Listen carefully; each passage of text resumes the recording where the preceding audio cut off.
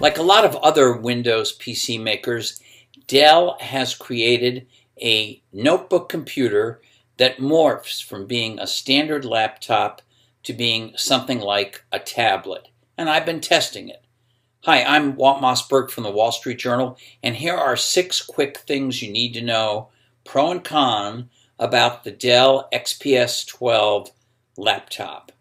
Point number 1. Dell has invented a particularly clever way to do this morphing between laptop and tablet. Instead of having to twist or bend or slide the entire lid of the computer, just the screen itself pivots within a frame around the lid to go between laptop and tablet.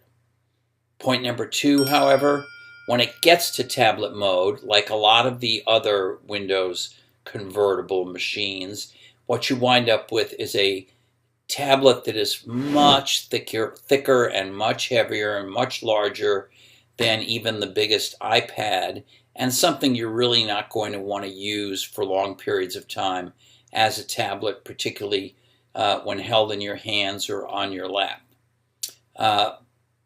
Point number 3, a positive. The screen on this computer is particularly bright.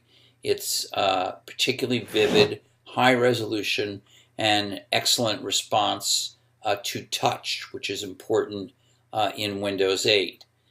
But point number 4, on the downside, all of this makes this machine relatively costly. It costs about $1,200, which is roughly the same as a MacBook Air, except that the MacBook Air has a 13.3-inch screen, whereas the XPS 12 has a 12.5-inch screen. And the MacBook Air is also lighter and thinner.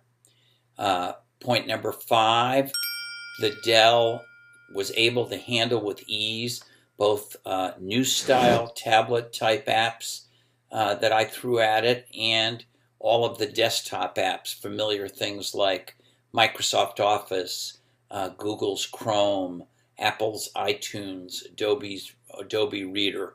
All of these things worked well and quickly on the Dell. But finally, point number 6, on the downside, it really has very poor battery life.